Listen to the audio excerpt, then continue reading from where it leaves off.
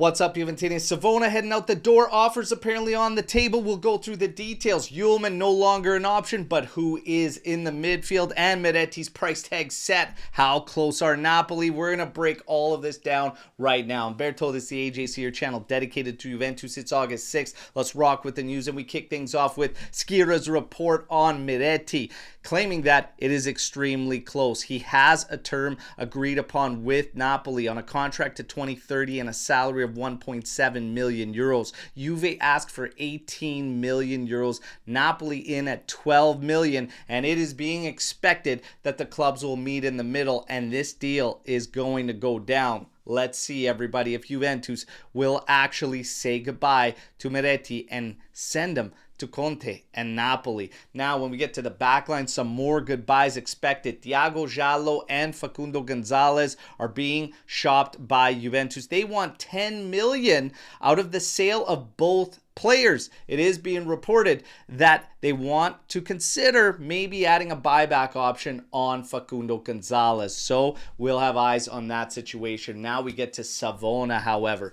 Today, Fabrizio Romano and Matteo Moretto reporting that the chances of him leaving Juventus are high because there's been a lot of verbal discussions between Juventus and Premier League sides, and some verbal offers have come in, and Juventus is considering the sale of Savona. So we asked on social media to Juventini, how do you feel about selling Savona? Some fair comments came in, like sell Savona, get Leone, and let's move. That's totally fair, but I present the question of what about a world where we have Savona and we get Leone? Because one of the issues I have, and I struggle to take Juventus seriously if we keep Lloyd Kelly around and say goodbye to Savona first, okay? I'll have a major issue with this.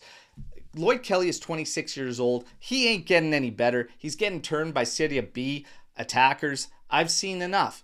Savona, way more potential, and the money you could get now could actually be a lot higher in the future because of his ceiling. So why not look to get both and say goodbye to Kelly first? It seems like at Juve, we are getting into a bad habit of keeping the guys that shouldn't be staying and getting rid of ones that probably should and are more useful at the wrong timing. Now, the obvious argument is, who's going to buy Lloyd Kelly? Well, who's going to buy Lloyd Kelly at the terms Juve wants? Because Juve is unwilling to take a hit, and that is the problem that we've been in. But once the debt is under control, you need to start looking at maybe taking a step backwards in order to get forward. All right, so you take the hit, count your L on Kelly, get what you can, and move on. If it means FFP fines long-term or whatnot, deal with it. Because having the strongest team possible should be the highest priority for Juventus, in my personal opinion. Okay? Recapitalize, say your goodbyes first to the guys that need to go, and then see where you stand, and then act accordingly in the mercado. Change the strategy. But saying goodbye to guys that deserve to be around over others is something we need to stop, in my opinion. But I can't wait to hear from all of you. Hit me in the comments. Now, we get to an option at the back. Well, Wilfried Singo has been brought up and emerged as an option for Juventus, valued at around 25 million euros. This could be an option for Juventus with some of these moves that are going down. When you get to a center back, Jeff Chabot has been brought up again and apparently still being monitored by Juventus and valued at 20 to 25 million euros by Stuttgart. So again, we'll just put these names in the back pocket, but the situation remains the same. Gotta say goodbyes in order to say hello. But Hjulmand, no longer an option for Juventus in the midfield. It's being reported that where Sporting was willing to negotiate deals of 40, maybe 50 million euros, they are no longer apparently there, and they're even looking at extending his contract by a year, giving him a raise in pay, and telling teams the 80 million euro release clause is there. So Hjulmand looks like he is not an option for Juventus anymore. Who is? Apparently in the Douglas Luiz Nottingham Forest